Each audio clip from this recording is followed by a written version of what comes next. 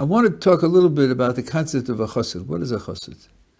Now, this word is a classical Jewish word, and it goes all the way back to the Tanakh. So the fact that the Chasidic movement is about 300 years old means that the movement adopted a term which is a classical Jewish term. It wasn't made up for the movement. So, for example, the official title of the Gaon of Vilna is HaChasid MiVilna. If you hear that, if they don't know what's going on, they think, he was a Chasid, he was an anti-Chasid. Yeah, he was a Chasid who was an anti-Chasid. That is to say, he qualified for the title Chasid, which is as old as Abraham. And he also opposed the modern Chasidic movement. In fact, there were individuals, outstanding individuals who were called, like Rabbi Yehuda Chasid. So now the question is, what does Chasid mean? That's a big, big subject. I'll tell you what the Mitzvos Shurim says about it, because I think it does characterize the contemporary Hasidic movement. The Mitzvos Shurim, path of the just, so-called, the word just isn't right, and they have to know what the path means. Okay, I'm not doing that now. The book is based on two concepts. One is Tzadik, and the other is Chasid. The first 17 chapters are about being a Tzadik, and the remaining chapters are about being a Chasid.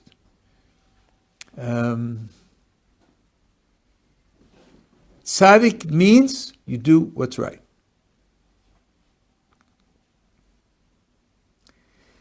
It may even mean that you do what's right because it's right. It's a level of a tzaddik where he does the thing for the right motivation.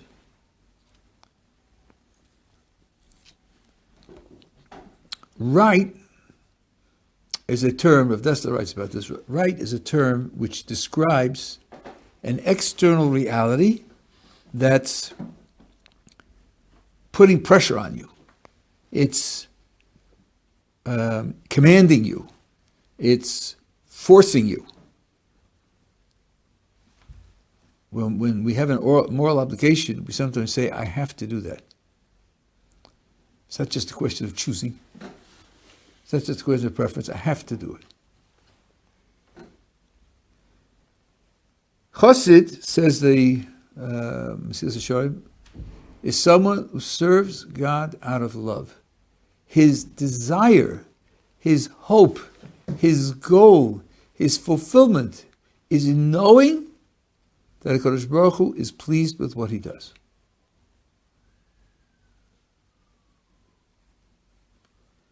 That's a very, very different type of motivation.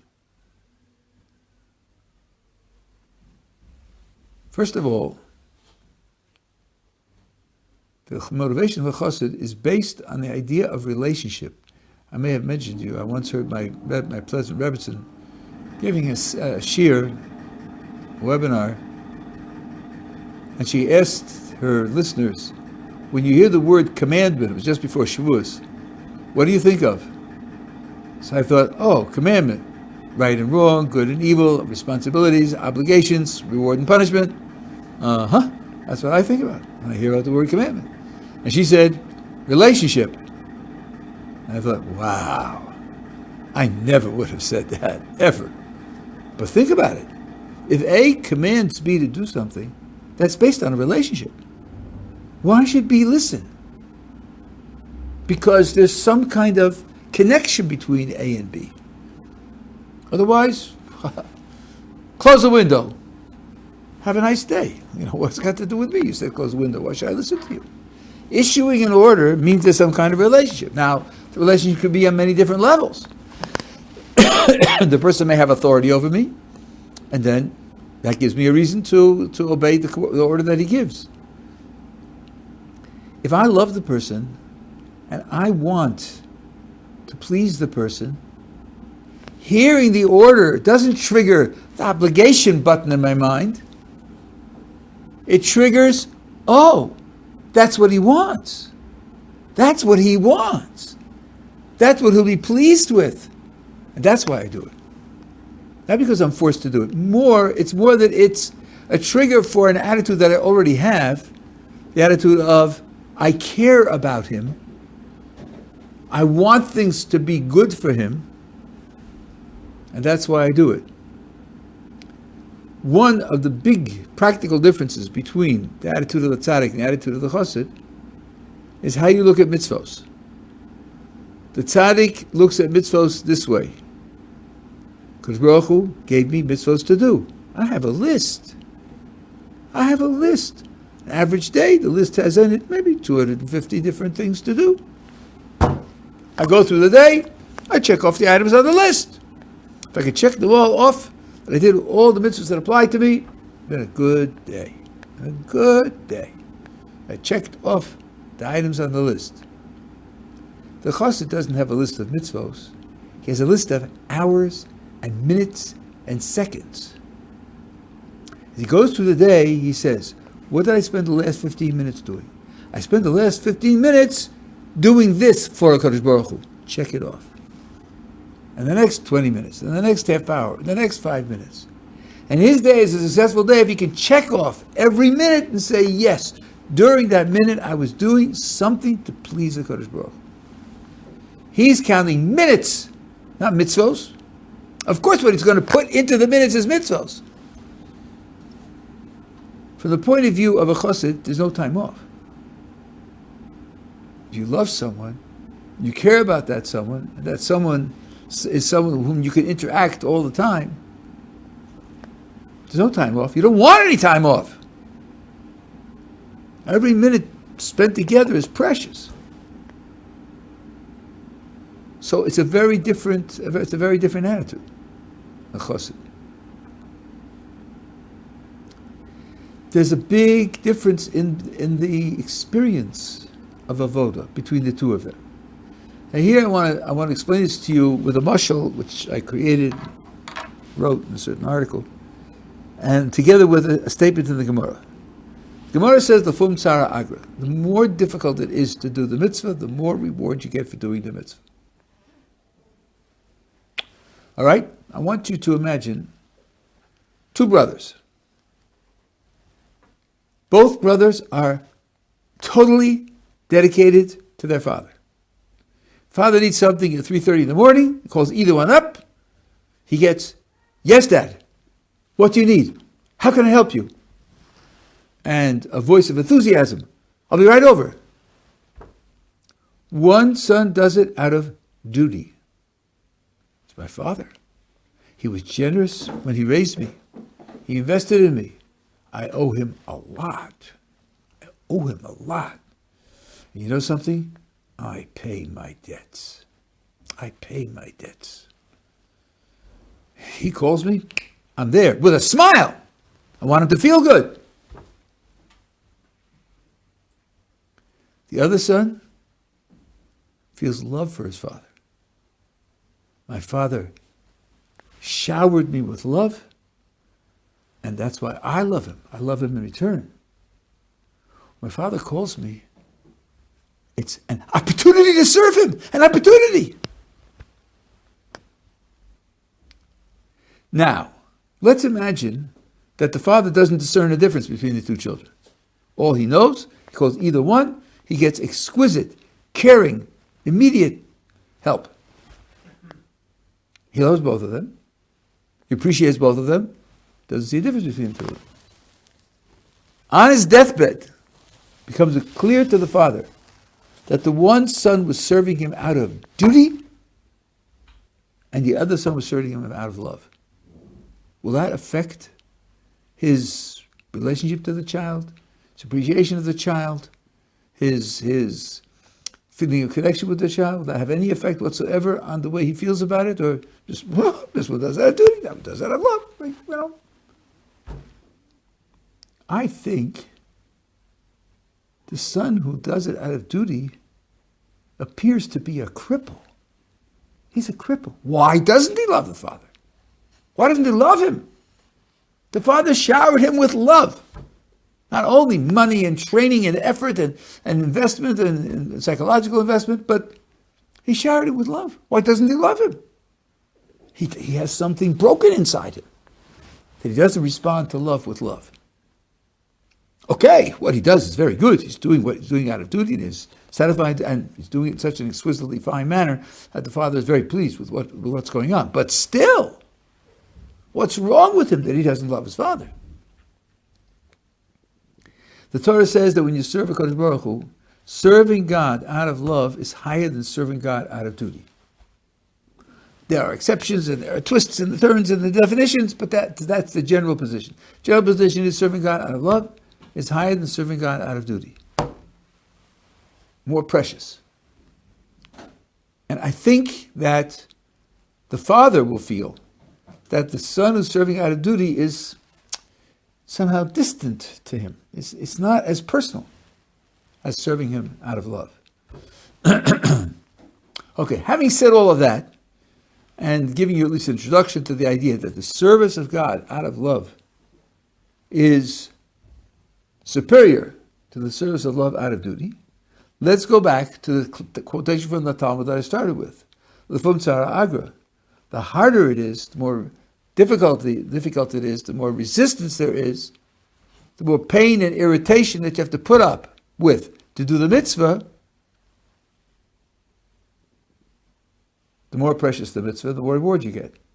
So let's try this out. Let's try this out on the 3:30 a.m. call to the son who serves his father out of duty and the son who serves his father out of love. And let's ask, who is facing more resistance? Who's overcoming more resistance? For whom is it harder to get out of bed at 3:30 in the morning? And I think we could describe it this way. The son who's serving the father out of duty gets the call 3:30 in the morning. Who's calling me at 3:30 in the morning?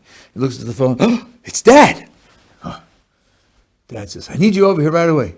Oh, 3:30 in the morning. Couldn't it have been the morning? Listen, I owe him. And I pay my debts, and I'm going. And it's cold, and it's snowing, and and his boots he left in the office, and he's irritated, and he's suffering, and so forth and so on, and he squashes it, and he overcomes it, and he comes with a smile.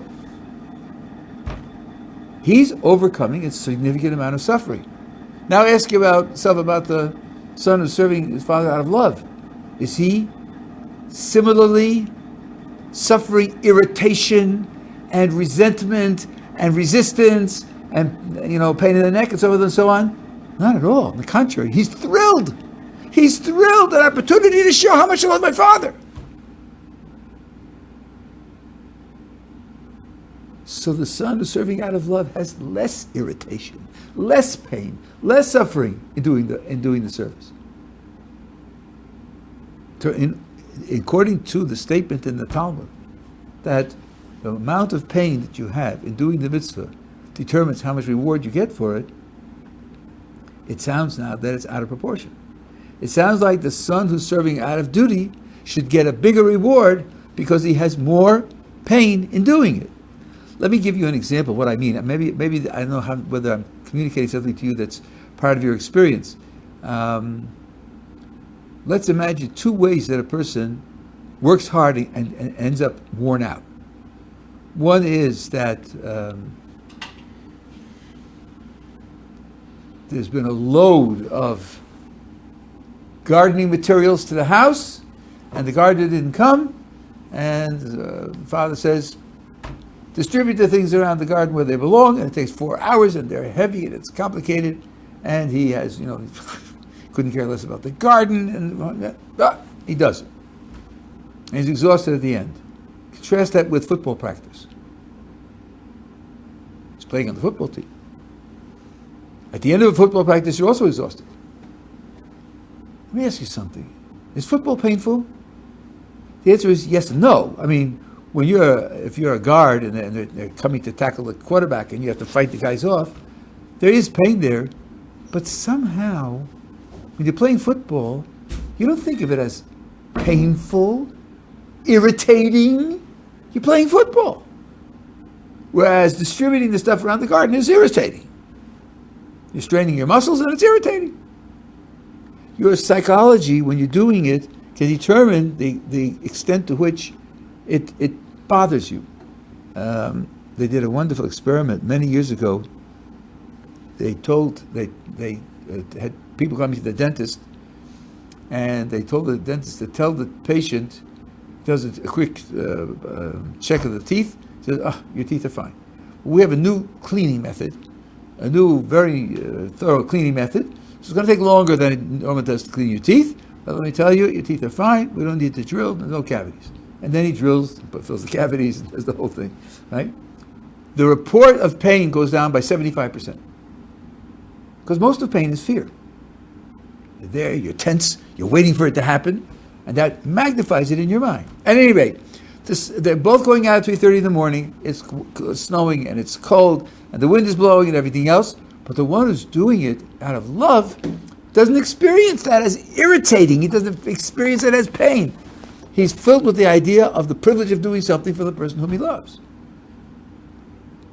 So that should mean that you get the one who does it out of duty should get a higher reward. And yet we're being told that the one who does it love gets a higher reward. So there's a problem. It's bothered me for a long time. I found an answer to it. I think it's an answer. I read it as an answer. In a commentary of the Bartanura on a Mishnah, and this is very strange. The Mishnah is very well known, and the Bartanura has two comments. Everybody knows the first comment, and no one knows the second comment. No one. No one. 1 out of 1,000. I've asked people, no one's even heard of it. The Mishnah says, Schar mitzvah mitzvah, and schar avera avera. The reward for a mitzvah is a mitzvah.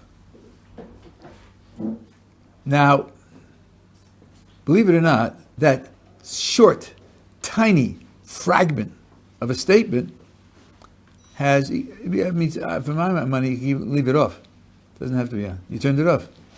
Good. It's ambiguous. It's what Chomsky would call syntactically ambiguous. One way to read it is this. The reward for a mitzvah. You don't know what the reward for a mitzvah is. You may think you know, but you don't really know. I have news for you. It's a surprise what the reward for a mitzvah is. Are you ready for this? The reward for a mitzvah is the opportunity to do another mitzvah. That should teach you something. You should meditate on that. It's a very important teaching. That's the first comment that the Bartanura makes. The second comment is reward for a mitzvah. You know what that is. Doing a mitzvah can give you pleasure. It can give you happiness. The things that, a mitzvah contributes to your well-being. You know that already. But what you don't know is the status of that reward. The status of the reward you get for doing the mitzvah is that it's more mitzvah. And you'll get a double reward in the world to come. One for doing the mitzvah and one for having the reward of the mitzvah. That's also mitzvah. Surprise, shock, astonishment. That's what the Bartanura says. So I thought to myself, what? Let's say someone's blowing shofar on Rosh Hashanah. And he's blowing for a community, right? Will he get more reward for blowing shofar because they paid him? The reward for doing the mitzvah is the pay.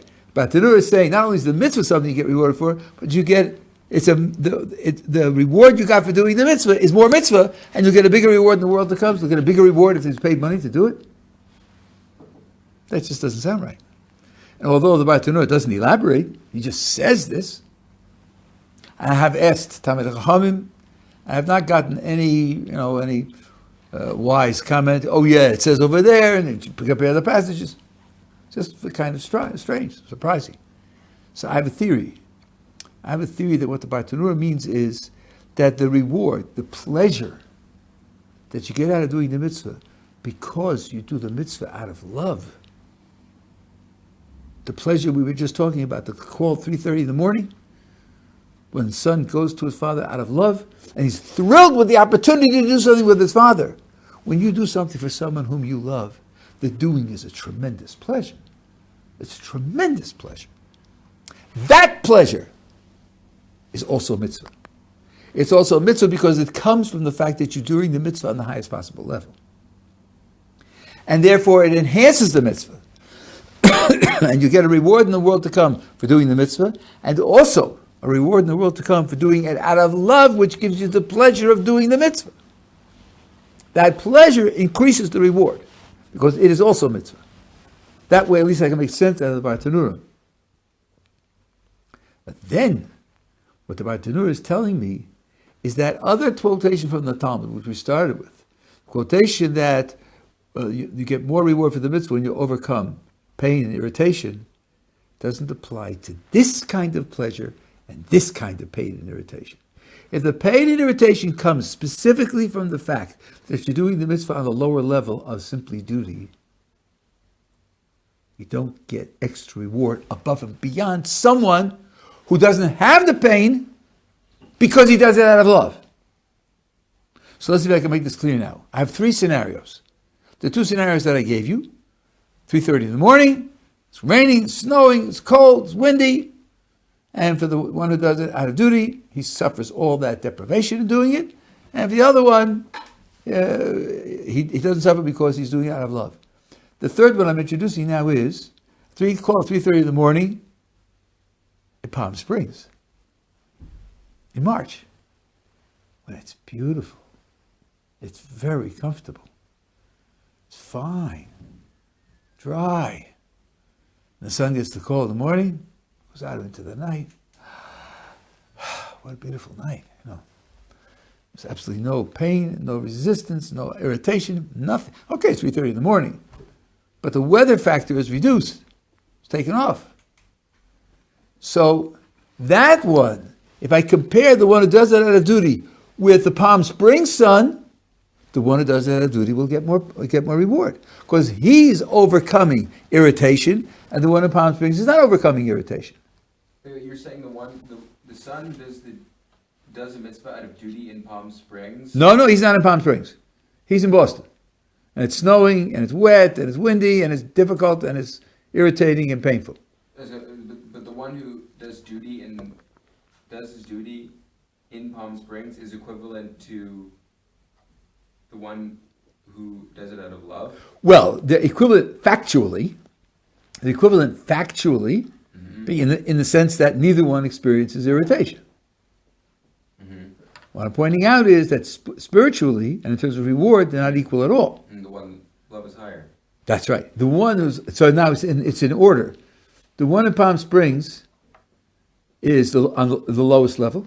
He's doing the mitzvah only out of duty, and he's not overcoming the irritation and the pain.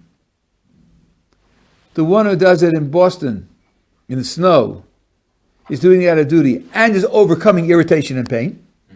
So the irritation and pain does contribute to his reward over the one who's doing it in Palm Springs. But when I compare the one who's doing it out of duty in Boston versus the one who's doing it out of love in Boston, then I don't say, well, the one who's doing it out of duty in Boston is overcoming pain and irritation, isn't he? And the one who's doing it out of love isn't experiencing pain and irritation, isn't he? So therefore, if you say that the status of the reward depends upon pain and irritation, the one who's doing it out of duty in Boston should get more reward than the one who's doing it out of love in Boston. No, that's not true. Because it depends upon why you don't have pain and irritation. The Palm Springs brother has no pain and irritation because there's no pain and irritation in the environment. It's just not there. She's not facing that challenge. So wait, in other words, you're saying that duty isn't the determinative factor for difficulty, in other words? No, the Gemara says the fum tzara agra. Tzara means pain. The pain you have to overcome in doing the mitzvah. And duty is just one factor that... Duty is your positive motivation for doing it. Right? It doesn't comment on the pain at all. But isn't it painful because you're doing it out of duty? No. Because with love, you said that both of them are doing what's right, but when you do what's right out of duty, there's greater external pressure coming from the world. So duty implies a higher level of difficulty. No, I didn't mean to make that remark. And I don't think that, when the pressure comes from the world, if the pressure is to do something which you're already inclined to do, and you don't find difficult to do, I wouldn't say that it causes you pain. Doesn't have to. Doesn't have to. But the point now is that not always does the experience of pain increase the value of the mitzvah. Depends upon why you're contrasting the person who's doing it and overcoming pain contrasting him to someone who's doing it and not overcoming pain. There are two different types of contrast. If he's not overcoming pain because in his environment there's no pain, then the one who is overcoming pain will get a higher reward because he's overcoming pain in order to do the mitzvah. But if the one he's not experiencing pain because he's doing it out of love, then no, the one who's doing it out of pain, out of duty, is not going to get a bigger reward. Because this kind of avoidance of pain, doing it out of love, is a superior performance. That's what's being said here. By the way, I want to insert a footnote here. I think this is very important to realize. It's a very common attitude, people who are coming from the outside. Let's see. If it's true, I'm going to have to do it because, I don't hide. I'm not living a life of fantasy. I'm not going to take drugs. I'm going to do it. But boy, oh boy, is that going to be hard. Oh, God. And these guys have rules for everything. There's nothing is random. And everything has to be watched. And yeah, I know it says about being a tzaddik. Hold on a second, what's the matter here? Approaching low limit. Okay, I'm going to eat supper in 20 minutes. Doesn't understand. I talked to it, but doesn't understand. He's going to do it.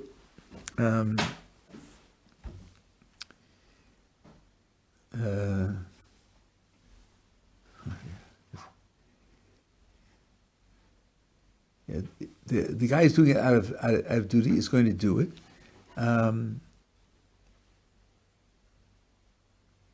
So the person says, if it's true, I have to do it, and I'll do it. And to be a tzaddik, I guess, means, wow, everything, all the time, all the rules. So you do your best, and you try to do it as much as you can. What kind of life is it going to be? Well, I have the great satisfaction of doing what needs to be done. Needs to be done. My conscience will be good. I'll sleep well. I'll be doing a life.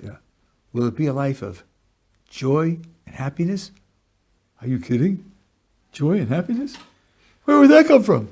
It's hard. It's hard going against your normal desires and giving up the things that would have been pleasurable. But I'll do it. Then you find out that the life of the greatest servants of God is a life of joy. Joy. Happiness. Exploding with happiness. What? How do they do that? The answer is that they end up with a love relationship with God. And when you will be in love, I don't know if you've ever experienced love, and don't tell me you have, you probably don't know, because you wouldn't know how to distinguish between love and infatuation.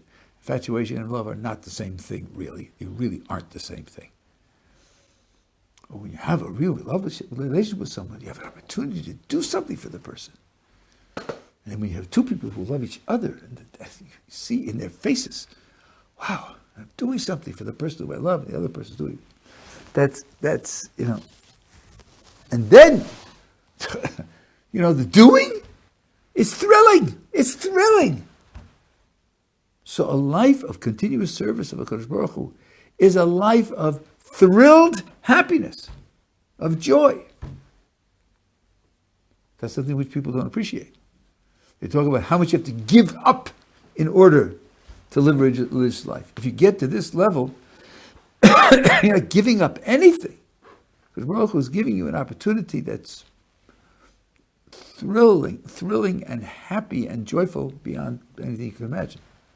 Okay, so now we're back to so in other words, when the Gemara says that the more pain that you suffer in doing the mitzvah, the greater the reward, that's not always true. It's not always true. Certainly isn't true for a person who serves God out of love and who doesn't experience pain. He's not losing out because he's minus pain. He's not losing out. That's the idea of a chassid. A chassid is a person who's so identified with the Kodesh Baruch Hu that he wants to do for the Kodesh Baruch Hu what the Kodesh Baruch Hu wants. And it's his greatest fulfillment, for him to do that. Now, you got a question? Yeah. Can you not serve Hashem out of love and still experience suffering and pain at the same time, which would be even a higher level? So I suppose it's possible. I suppose it's possible, but I'm pointing out that I want to make sure we understand that the statement of the Gemara must be conditional.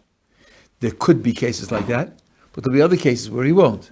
And I think it's common when you're engaged in something that you, let's say even less than serving God out of love, something that you regard as very meaningful. And it requires effort, and there's strain and aching muscles and so on. You don't experience it that way, like playing football.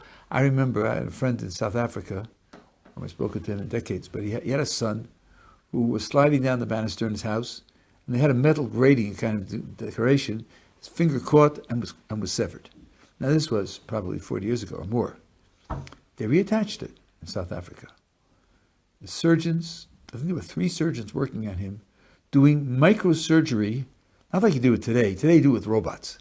So you move your hand 6 inches, and the robot moves a nanosecond, a micrometer. No, and they had to stop every half hour because their muscles were aching with the surgery they were doing. This was not like having to change a blown out tire. They're doing exquisite surgery. They're at the top of their fields.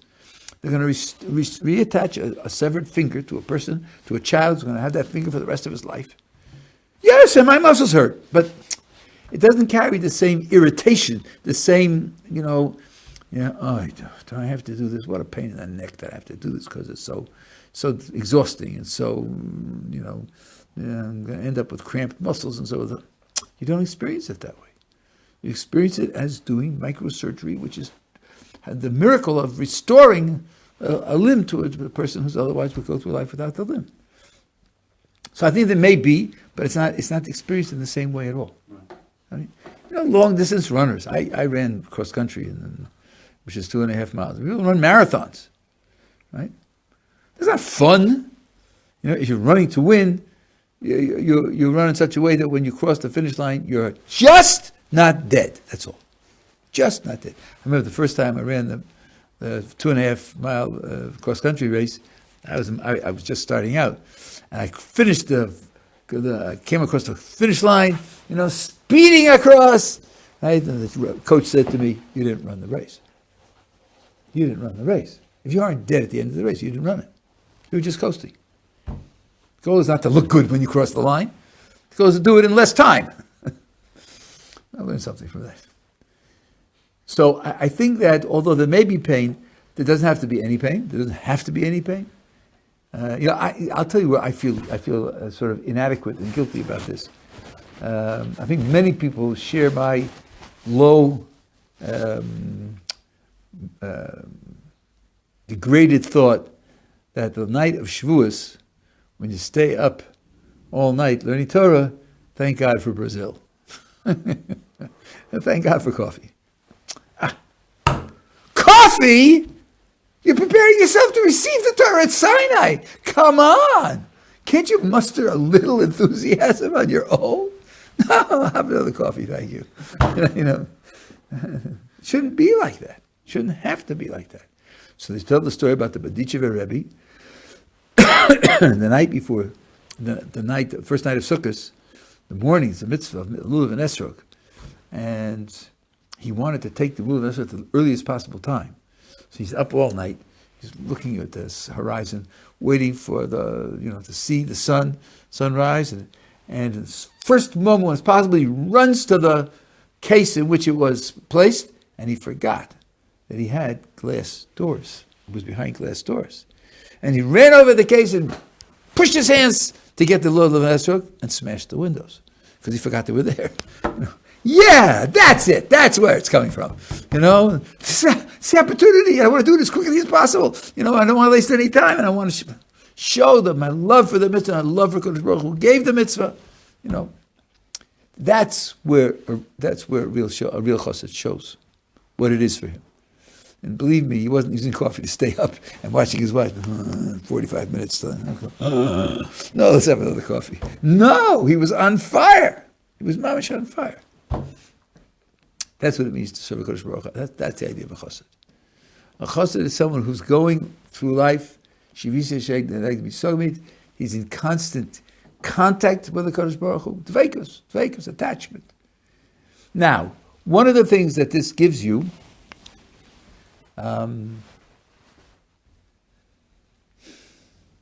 is a different way to pray. It's an entirely different way to pray. You need something. You're supposed to ask Kodesh Baruch Hu for it. No question about it. And even if you were asking on the lowest possible level, I want this, I need this, I'll enjoy this, you have the keys to the warehouse. Please give it to me. That's not worthless. It's not worthless. I have a whole memoir on this. I even wrote it up as an article in one of my books. Let's say it's the level of, I'm asking for this because I know I can use it to serve you. I'm really dedicated to serving you. That's on a much higher level. But there's theoretically even a higher level than that. I want this. I feel that I need this. I feel a lack because I don't have it. Even if it's a lack in the fact that I can't serve you in the best possible way. And I know, Imo Anochi V'Tzara, because Baruch Hu says, I'm with the Jewish people when they're suffering. So I'm asking you, please give it to me because I don't want you to suffer. That's why, because I don't want you to suffer. I know you care so much about me that when I don't have something that I feel that I need, you participate, you empathize, Kiviyachol, with my suffering. I don't want you to suffer. If that sounds extravagant to you, I want to tell you two stories. One is true and the other is a mashal that I made up. I had a friend when I was very young. I was maybe 7 years old, something like that. And he told me the following story. That his father, every Sunday, took him out on an adventure. Father did this out of love for his son, and the son actually enjoyed it. He did enjoy it. So once the son was talking to a friend, and the friend said, let's get together on Sunday. And this boy says, I really would like to join you on Sunday, but my father feels that he has to take me out on an adventure on Sunday mornings, and I hate to disappoint him. Now, the child enjoyed the adventures. That Sunday morning, he probably would have enjoyed more spending time with his friend. So he says, I'm choosing to not play with you. I'm choosing to go with my father because he wants to do this.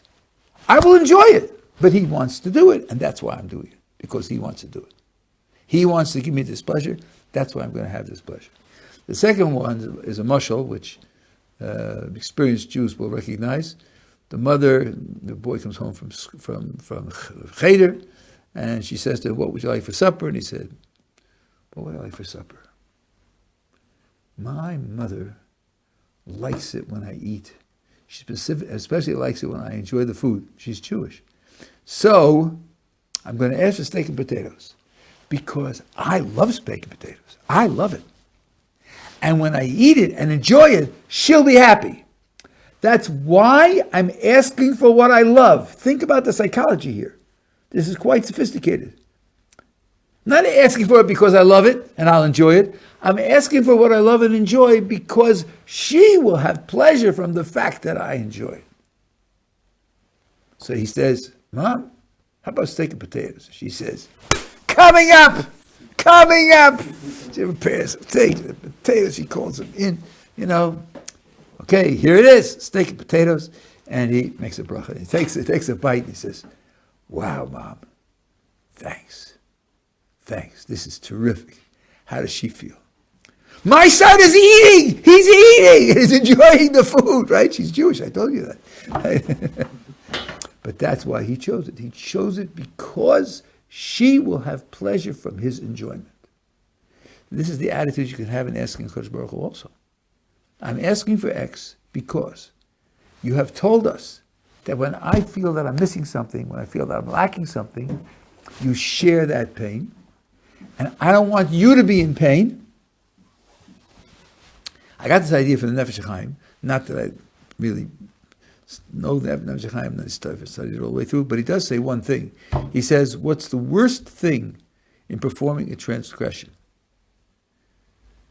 You say, well, you're distancing yourself from God. That's not the worst thing. You're sullying your own soul. That's not the worst thing. You're going to be punished for it. That's not the worst thing. No. The worst thing is that when you do a transgression, Kodesh Baruch Hu grieves for you. He grieves for you. And that should be the reason why you don't do a transgression. Because he'll be in pain when I do the transgression. So it's like this. Let's say it's cheeseburger time.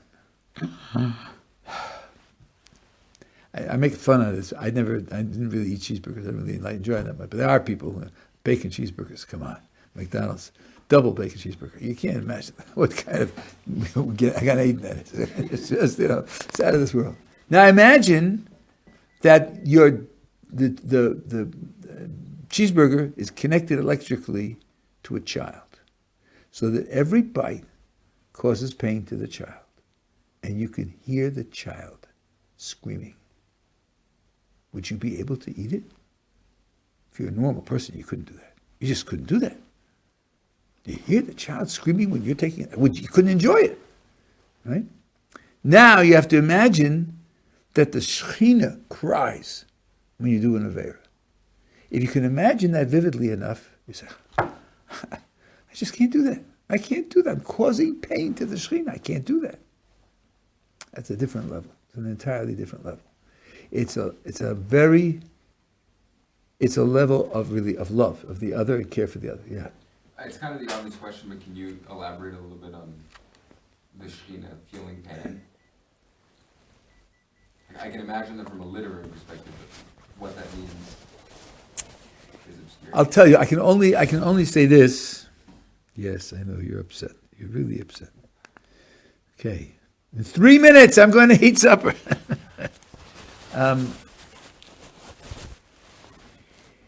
HaKadosh Baruch Hu relates to us on at least two different levels. There's a level of perfection, infinity, absolute independence, self-containedness, not being affected by anything that happens, and there are verses that describe this. And then there's an image that he projects for us where he creates the universe for a purpose, and he enrolls us in realizing that purpose, and he says, I'm making a partnership with you, and to a certain extent he's saying it depends upon you, and this is my purpose. And that second image is the image where you can identify with him and say, this is what he wants, I'm giving him something that he wants, I'm pleasing him because this is what he wants to have happen. And that image is also true. Now you say, well, how do I work with both images? And the answer is with difficulty, right? But the reality can be so complex that you're forced to work with partial images without having a single sort of one-dimensional description which covers all the bases. It doesn't do that. The Torah tends to be that way. It tends to, it tends to force you to deal with an over-rich description which has tensions in it, and then some parts you get some resolution with, and some parts you have to sort of, you have to live with the tension. That's the best we can do. Beyond that, I don't think we can do. But it's very important that the reality demands that kind of tension because it's too rich to be resolved in a very... Now, you know something about psychology. You probably are aware of things like that. Trying to describe the psychology of a particular person, it often is not simple. It's not simple. There's a lot going on there. And not all of it fits clearly, easily and clearly together. That's a symptom of what the world is. The world is like that. Okay.